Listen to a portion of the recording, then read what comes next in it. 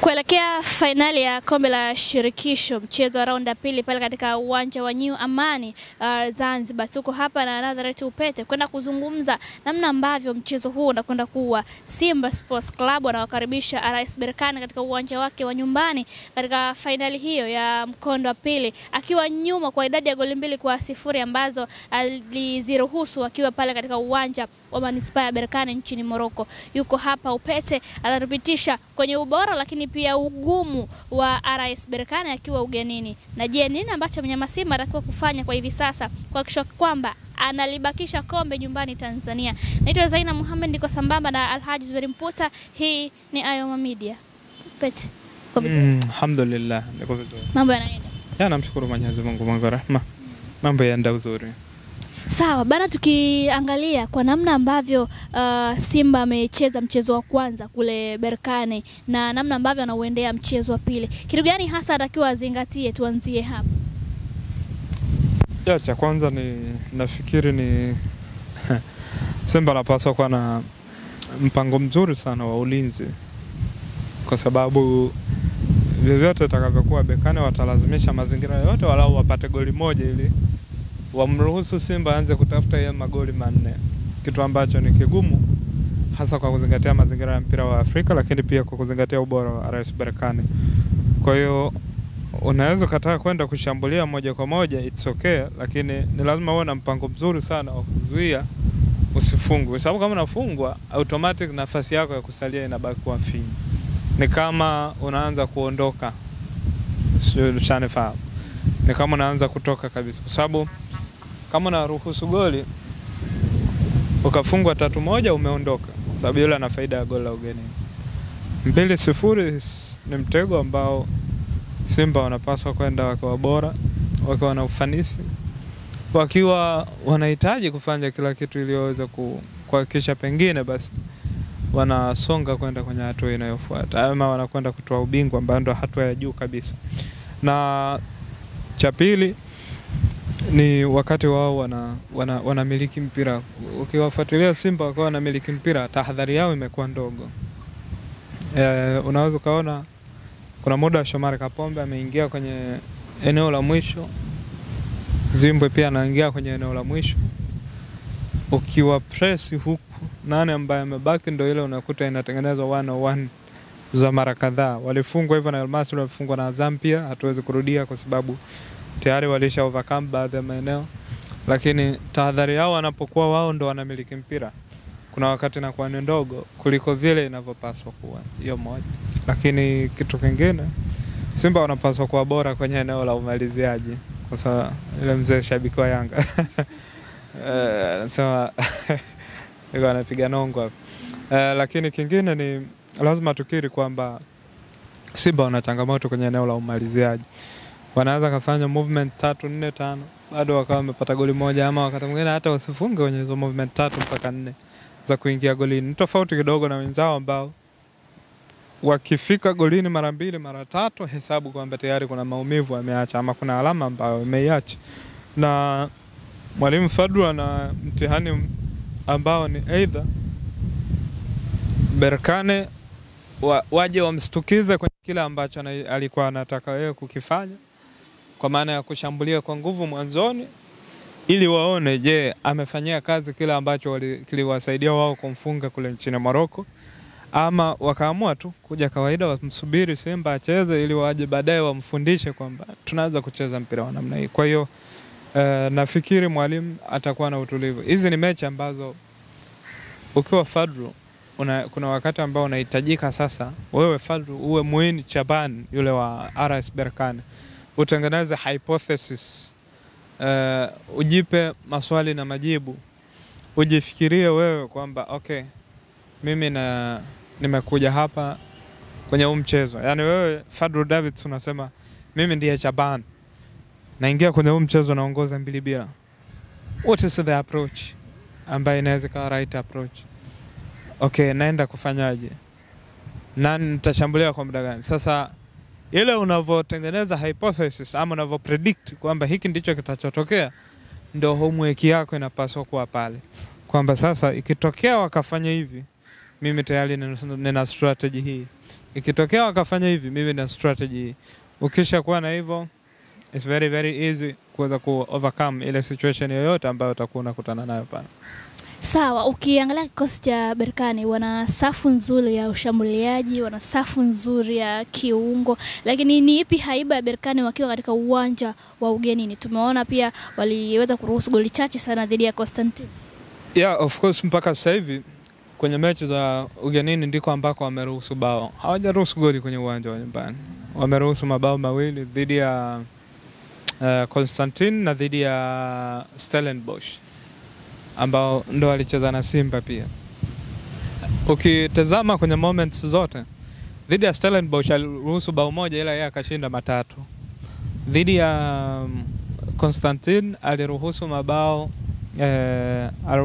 aliruhusu bao moja na yeye akapata goli. Ndio mchezo pekee ambao amepoteza kwenye michuano ya msimu huu ya kombe la shirikisho. Nini tafsiri yake? Ni timu fulani ambayo haibadiliki sana hata ikiwa inacheza. Unajua ukiwatazama AS FAR Rabat, tena ni watoe labda AS FAR Rabat, tuzungumzia labda FUS Rabat ama FUS Rabat, tuwatazame hawa RS Berkane, tuwatazame Pyramids, lakini pia Modern Sports ama Future ya pale nchini Misri. Nafikiri hizi ndio timu ambazo haziogopi kushambulia kokote watakako kuwepo, wawe ugenini wawe nyumbani, hawana wasiwasi. Yani wao wanakuja. Ni tofauti na timu nyingi za Afrika Kaskazini ambazo huwa zinabaki nyuma, na zikiwa ugenini zinaweza zikabaki zimepaki basi zikiwa zinasubiri wewe ufike kwenye eneo lao. Lakini ni tofauti na hawa. Ukitazama upande wa RS Berkane, wakiwa ugenini wanashambulia, wamemfunga ASEC nyumbani bao 1-0. ASEC imewachukua miaka mingi mno kupoteza kwenye uwanja wa nyumbani. Wamewafunga wale kuna timu moja hivi walikutana nayo. Yani kwa mfano Stellenbosch jumla wamemfunga mabao 8, kwa sababu 3-1 South Africa, 5-0 nyumbani. Kwa hiyo haiwezi kuwa mechi rahisi hivyo. Ni mechi ngumu ambayo inahitaji uwe na wakati bora, wakati mzuri zaidi kiwanjani, uwezo wa kutimiza majukumu na kutekeleza kile ambacho mwalimu amekipangilia. Inawezekana kabisa kuweza kupata matokeo ya msingi. Kwa kikosi cha kocha Fadru, unaona kikiweza kwenda kucompete vizuri achana na mchezo wa kwanza pale Berkane katika uwanja wa New Amani, kwa sababu wao target yao ni ubingwa wa kombe la shirikisho? Inawezekana kabisa. Mimi naamini inawezekana kwa sababu it's all about dedication, kwamba wachezaji wako wanapaswa kufahamu kwamba tumekuja kwa ajili ya kushinda mchezo na sio kupoteza mchezo. Tumekuja kwa ajili ya kuhakikisha kila kitu kinakwenda vile inavyotakikana, na tumekuja basi kuhakikisha kwamba vyovyote itakavyokuwa basi tushinde huu mchezo. Tushinde. Yani tunaweza tukapoteza, it's okay, lakini tunapotezaje? Tunaweza tukapoteza taji, lakini kwa nini tupoteze kwenye uwanja wa nyumbani? Yani tunashinda kwanza mchezo. Tunashinda. Let's go, let's push. Inawezekana kabisa. Fadlu Davids ana wachezaji wazuri ambao wamefika finali. Ufike finali kwa bahati mbaya. Ufike finali kama huna uwezo. Why tupoteze kwenye huu mchezo? Twende tukashinde. Twende tukapambane, tutengeneze matokeo. Twende It's a historical match. Golden era inayozungumza itakuja kuimbwa kwa sababu ya hiki kitu ambacho kinaweza kaa kinazungumzwa kwa kipindi kilichokuwa. Kwa hiyo there is no way ambapo inaweza kuwa ni mechi rahisi, lakini let's go, come on guys, we can do this, we can overcome this. Inawezekana kabisa kushinda mchezo. Umezungumzia hapo safu ya ushambuliaji ya Simba kwamba hawana wachezaji wazuri kwenye eneo la kumalizia. Kwenye mchezo wa kwanza kocha alianza na Lionel Ateba. Impact yake uliionaje? Lakini pia kuna Dese Mukwala ambaye mara nyingi huwa akipewa nafasi haitumii vibaya. Nafikiri Dese Mukwala ameshatuonesha kwamba kwenye mechi chache anazopata nafasi ni clinical kuliko Lionel Ateba Mbida. Kinachosalia ni yeye mwenyewe kuona namna gani ambavyo anakuja siku hiyo kwenye huu mchezo, kwa sababu mind you, hii si mechi ambayo Simba wana excuse nyingi. Simba wanahitaji kwenda kupata magoli. Hakuna excuse nyingine tofauti na sio ya RS Berkane kwamba nikizuia tu dakika 90 naweza nikawa safe. No, hii ni mechi ambayo unahitaji kupata goli. Unapataje goli? Ni lazima utengeneze mazingira ya wewe kupata hilo goli na uweze kuhakikisha kwamba basi matokeo yanakuwa upande wako na unashinda. So kama tukikupa nafasi wewe, Ateba na Mkwala. Kwenye mechi hii ambayo ndo yani ndo ya mwisho, ndo finali tuseme, ile ya kule ilikuwa finali ya kwanza, hii ndo finali ya mwisho. Watu wanalitaka kombe na liko uwanjani. Na mweka Ateba na Mkwala wanaanza wote. Yes. Yani kikosi kinakuaje? Golini Kamara kama kawaida. Kapombe na Zimbwe. Kwa walinzi wakati Shamu Karabwa pamoja na Abdurazak Hamza bado ataanza. Kwenye Chamu na Chemalon unaanza na Chamu. Kwa sasa naanza na Chamu. Alafu pale chini Chimo nitaanza na Yusuf Kagoma na Fabrice Luamba Ngoma. Alafu wingi ya kulia Kibu Dennis, wingi ya kushoto Mpanzu, pale juu wawili. Kwa nini hivyo? Yani ni pure 4-4-2. Kwa nini ni 4-4-2 ile ya kizamani tunasema? Ni kwa sababu yani nataka nijaribu kuwa keep busy wale watu. Si wana wing backs, si wana katikati. Sasa unataka kuwafungua watu wale na mtu mmoja. Mimi hapo ndipo ambapo nitanani. Majukumu najua una watu watauliza set piece itakuwaje. Kwangu faulu atapiga Mpanzu kwa sababu ana uwezo huo. Zimbwe pia. Kona atapiga Mpanzu, kona atapiga nani? Kibu abaki pale. Ndo mtu pekee anayepiga vichwa kwa yes. Kwangu pale kwenye kona naenda kupiga fullback. Kapombe au Zimbwe. Kapombe au Zimbwe ndo waenda wakapiga hizo kona na mipira mingine inayotokea pembeni. Alafu Mpanzu ile inayotazamana na goli na muamini. Pia Kibu sio mpigaji mbaya. Kwa hiyo tunaweza tukafanya hivyo. Mimi namsubirisha. Lakini as the match goes on nikaona kwamba kuna haja. Yaani anaanzia nje. Yes. Pete. Mimi bila kushurutishwa na mtu. Unapiga bench mechi ya finali. Kombe liko uwanjani. Mimi Nazareth. President huyu hapa. Mimi Upete. Chapa bench ya kwa. Na mwanzisha nje. Na najua nimesha kuwekea hayo option. Ikitokea penalty Ateba yupo. Ateba hajawahi kosa penalty.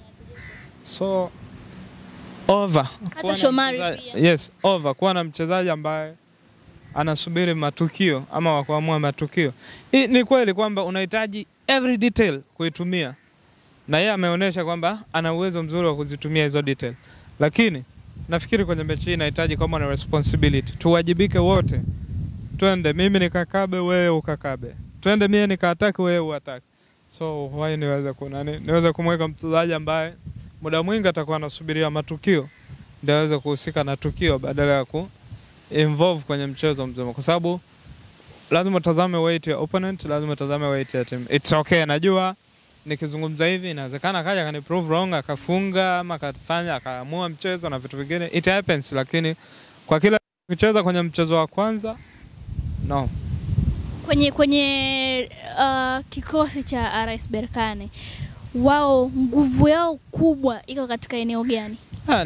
Ni team cooperation, kwa sababu kama unaona siku ile wana Yosef Mehiri amecheza vile, lakini Bachana alikuwa hayupo kabisa, anakosekana, alikuwa nje.